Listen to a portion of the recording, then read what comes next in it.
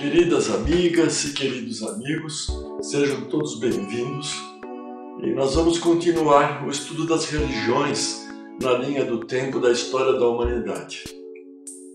Vimos no último vídeo, na primeira parte do budismo, a história do príncipe Siddhartha Gautama, também chamado de Sakyamuni, o perfeitamente iluminado. Vimos a história dele e agora nós vamos estudar o budismo por etapas em vários vídeos. Hoje nós vamos iniciar a segunda parte, descrevendo as bases da tradição budista e entender como poderemos trabalhar a ascensão espiritual proposta por Siddhartha, isto é, trabalhar o amor, a compaixão, preconizadas realmente pelo Siddhartha Gautama, o Buda. O budismo em si é uma busca da lucidez. É a busca da compreensão correta, não contaminada por ilusões e fantasias da vida encarnada aqui na terceira dimensão. O budismo não é uma religião de fé. A palavra religião, inclusive, não é bem adequada, pois o budismo é uma filosofia de vida. A base do budismo são os ensinamentos de Buda. O caminho que Buda nos ensinou consta de se obter a lucidez da vida, afastando-se das ilusões e, em princípio, trata-se da prática do bem. Então, o budismo não é uma religião por quê? Primeiro, não há um Deus. É uma religião não teísta. Religião, uma filosofia, né? Buda não é adorado. Qualquer pessoa pode ser um Buda. É uma questão de alcançar a iluminação. Um outro aspecto é a autorresponsabilidade. Buda ou qualquer outro ser iluminado não é um salvador, como por exemplo no cristianismo. Só porque você acredita nos ensinamentos de Buda, não significa que você estará protegido de qualquer coisa. Você tem que colocar os ensinamentos em prática para encontrar a verdadeira felicidade que já existe dentro de você. E não é necessário uma conversão, porque não é religião. A nossa origem é irrelevante. A maioria das religiões se ocupam com histórias da criação e do universo. O budismo não se preocupa de onde viemos ou para onde nós vamos. Por quê? Porque o mais importante é o momento presente, o aqui e agora. Isso significa abandonar o passado e o futuro. Acerca dos demônios que existem nas religiões. No budismo, o mal de algo é medido pelo quanto produz sofrimento. A maior causa do sofrimento é o ego aqui, o nosso corpo mental físico. E o conceito de dualidade, do bem e do mal, de que estamos separados de tudo. Quando a ignorância básica termina no budismo, a verdadeira felicidade começa. É uma questão de inteligência nessa filosofia. E também tem um outro aspecto. A realidade é baseada na percepção. Nós vamos perceber os aspectos da realidade. Está também aberto a mudanças essa filosofia. Todo budista dedica-se apenas a uma coisa, a busca da verdade. Se fosse descoberto que os ensinamentos budistas estão incorretos, os ensinamentos e filosofia devem mudar. Não é um sistema rígido por qualquer meio. Entenderam, então? No budismo, a existência da vida é abordada como um estado permanente de mudanças. Tudo se transforma. Esta é a evolução. Pode ser o rumo do bem ou do mal. Depende de cada pessoa. A condição para nos beneficiarmos dessas mudanças ou transformações é desenvolver uma disciplina sobre a nossa mente. A mente, ela deve focar sua atenção nos estados positivos, como a concentração e a calma. Então, o objetivo da disciplina é conseguir desenvolver as emoções associadas à compreensão, à felicidade e ao amor. Além disso, para o budismo, todo o desenvolvimento espiritual se materializa e se complementa em áreas como o trabalho social, na comunidade, na sociedade, né? A ética e o estudo da filosofia.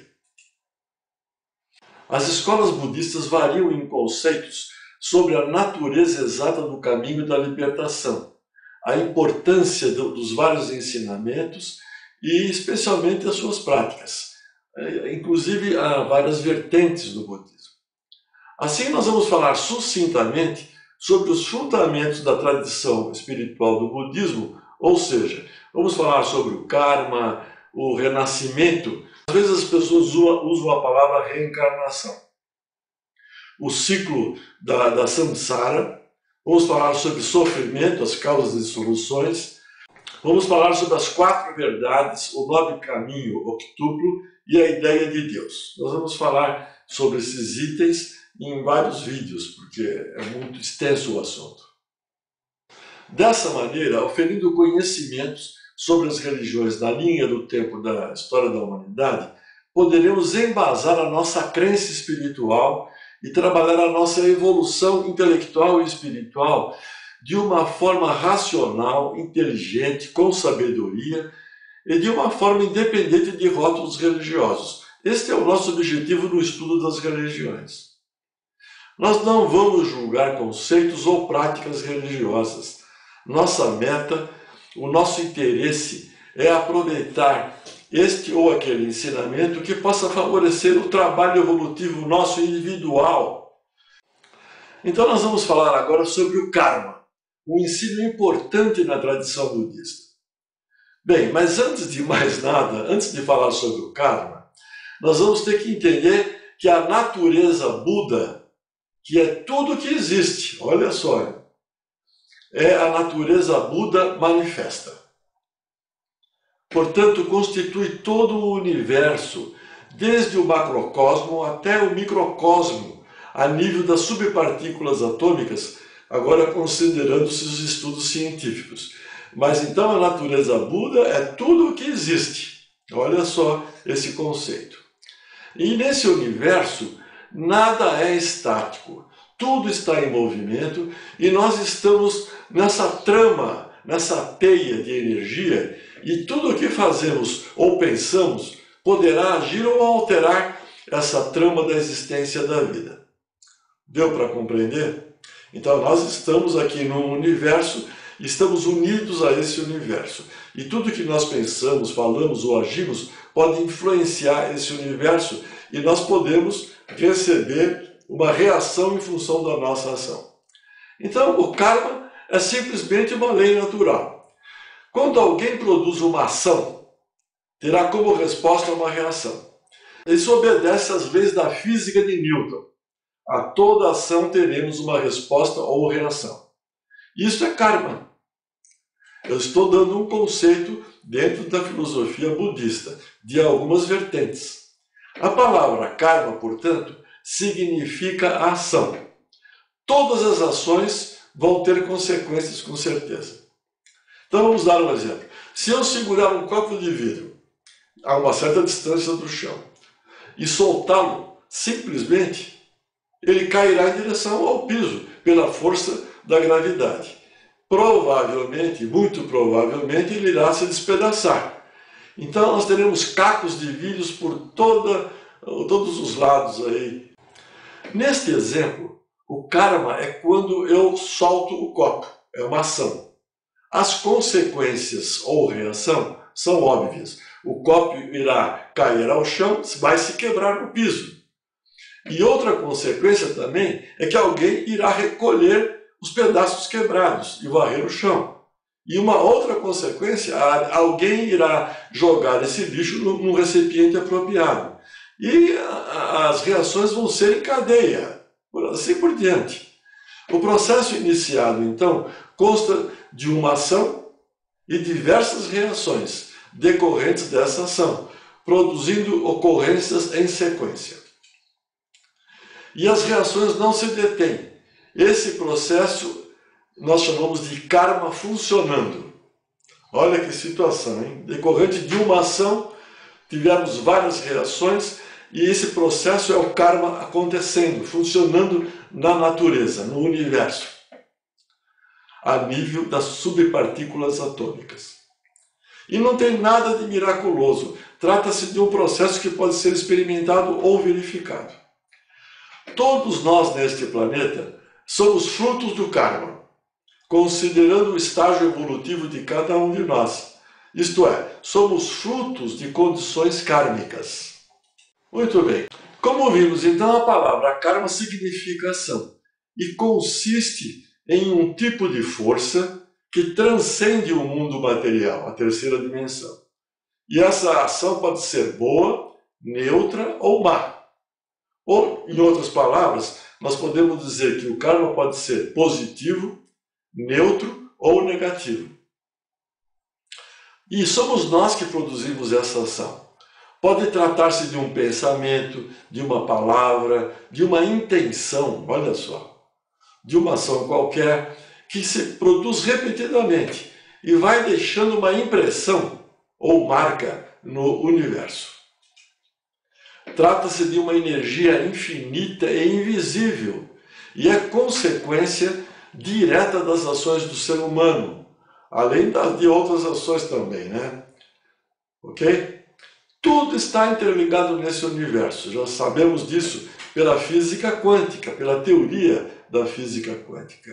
A nível subatômico, tudo está interligado no universo. E o karma tem uma continuidade na vida de cada um de nós. Não acaba com a morte e não é castigo. Trata-se da nossa integração com o universo. Nós fazemos parte do universo.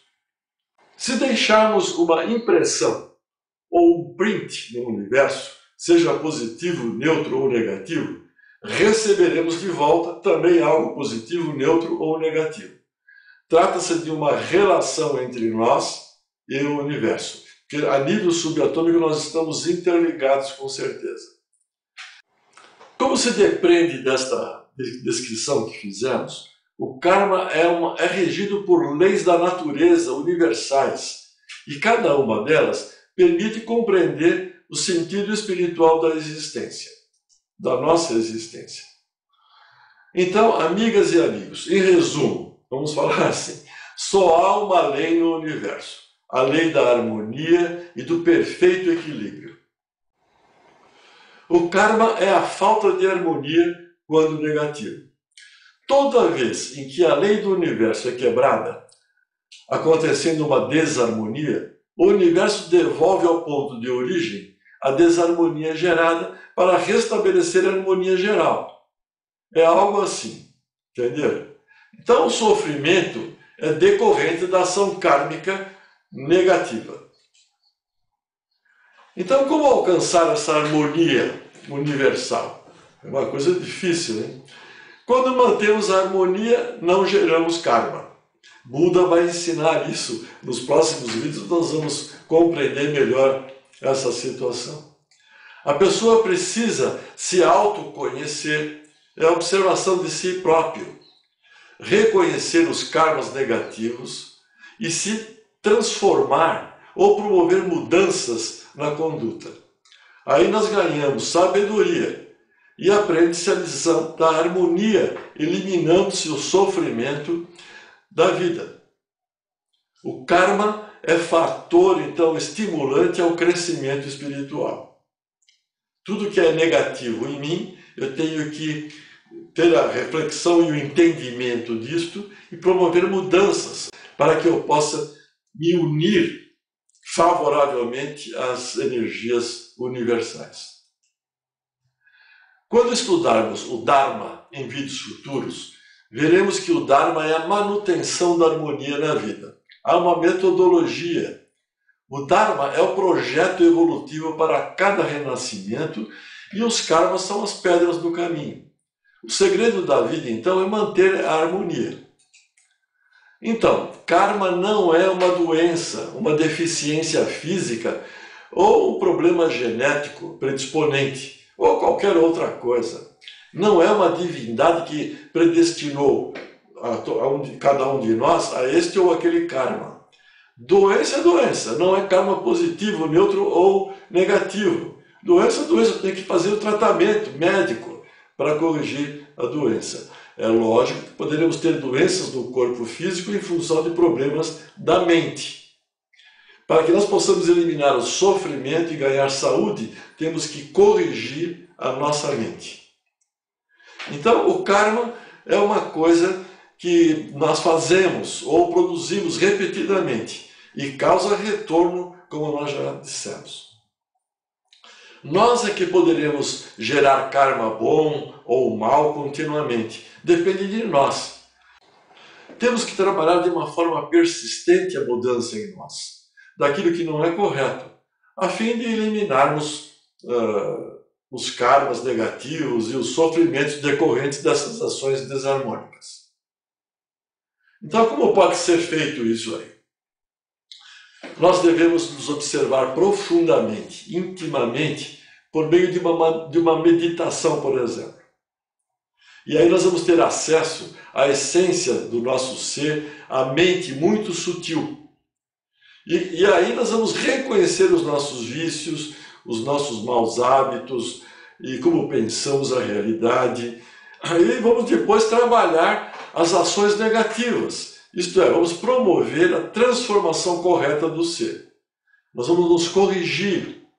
E aí nós podemos nos transformar, mudar a realidade, muito embora isso não seja fácil.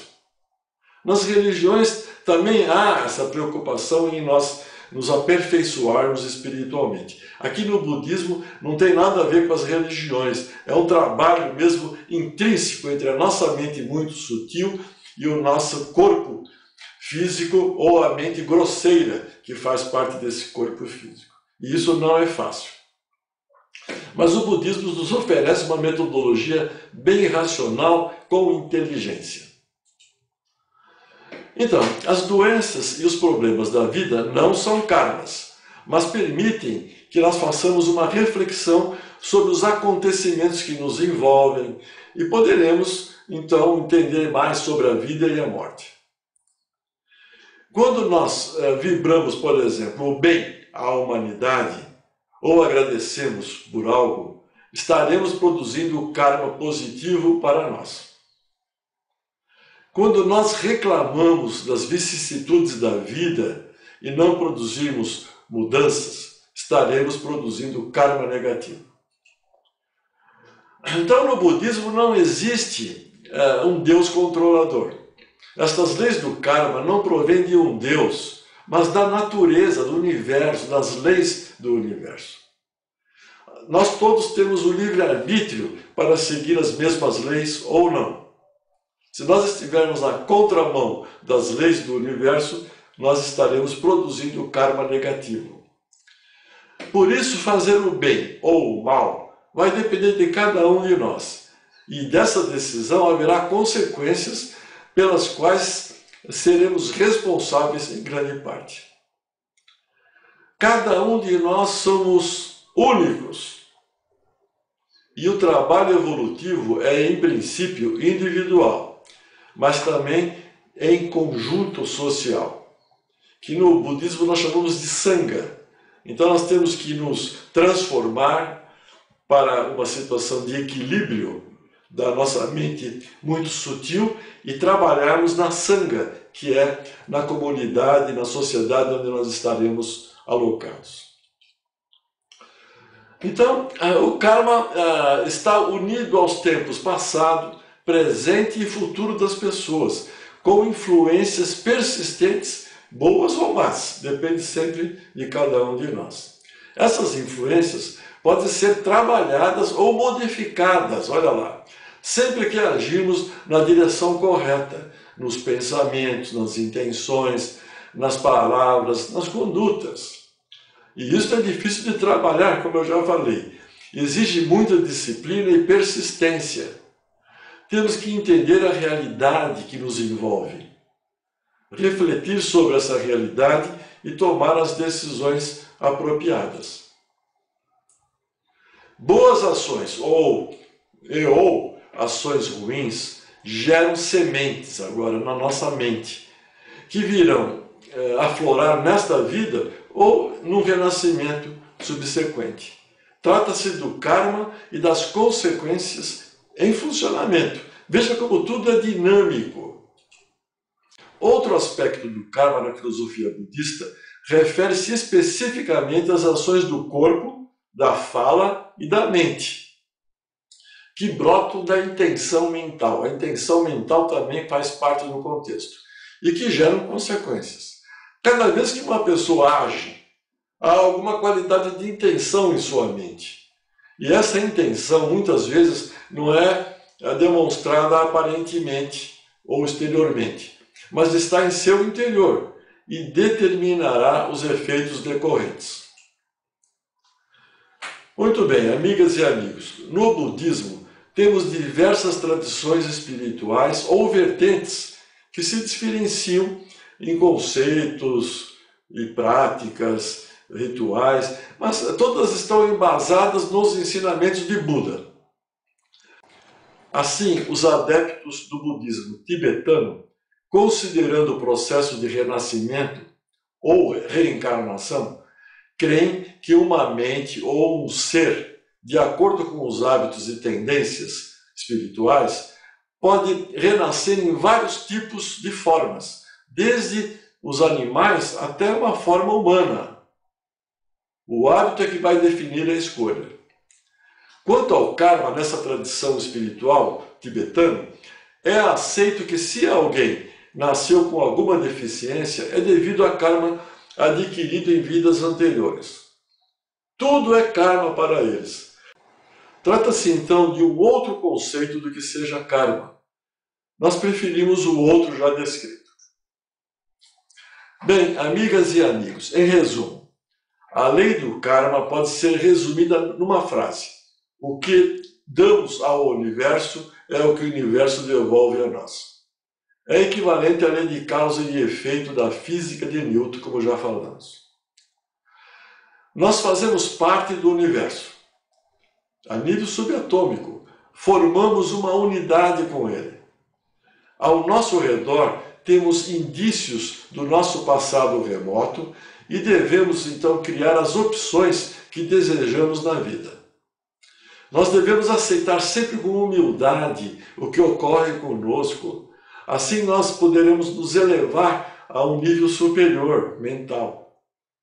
A evolução espiritual é individual e não o que está à nossa volta. Nós é que temos que trabalhar individualmente essa evolução. Quando mudamos nosso interior, nossa vida muda, o nosso entorno também muda. Quando algo negativo acontece conosco, é porque há algo negativo em nós. O entorno, como eu já falei, é o nosso reflexo, e não o contrário, como se supõe. Nós devemos enfrentar também com responsabilidade as situações da nossa vida. Tudo o que fazemos, por mais insignificante que pareça, está em conexão com o universo. Cada passo dado interage com o outro, e o conjunto deles é fundamental para alcançarmos a meta desejada. Presente, futuro e passado estão todos interconectados, porque é uma coisa só o tempo. O tempo no universo é diferente do nosso tempo aqui da terceira dimensão, como vocês já sabem.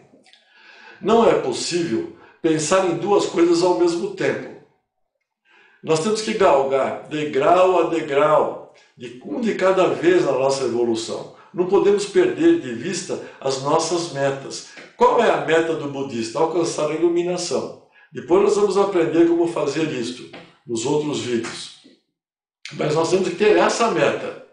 E Buda, inclusive, dizia que nós temos que alcançar essa meta indo pelo caminho do meio, não aos extremos, um de cada lado das nossas sensações. Nem tão sensuais e nem tão ascéticas nossos relacionamentos. Temos que ir pelo caminho do meio. É esse o caminho da iluminação. Nós devemos também aprender a compartilhar o conhecimento com as pessoas para colocar em prática tudo o que é aprendido. Devemos viver também no aqui e agora, já falamos nisso. Permanecer presos ao passado nos impossibilita de aproveitar o presente. Nós não temos que pensar nesse passado e não adianta, nós temos que pensar no futuro, no aqui e agora. E o futuro será adequado se trabalharmos bem agora, neste momento. Devemos aprender a promover mudanças. Se uma situação negativa se apresenta diversas vezes, é porque há algum conhecimento que devemos adquirir a partir dessa situação. As recompensas são resultado do esforço prévio. A maior dedicação, o maior esforço levam, portanto, a gratificações maiores. É um trabalho de paciência e perseverança que dá os seus frutos. Nós temos sempre que trabalhar bem. Devemos aprender a amar o nosso lugar no mundo. Nosso esforço será honrado no momento oportuno. Então, o valor de nossos triunfos e erros depende da intenção e da energia que desprendemos para alcançar o fim.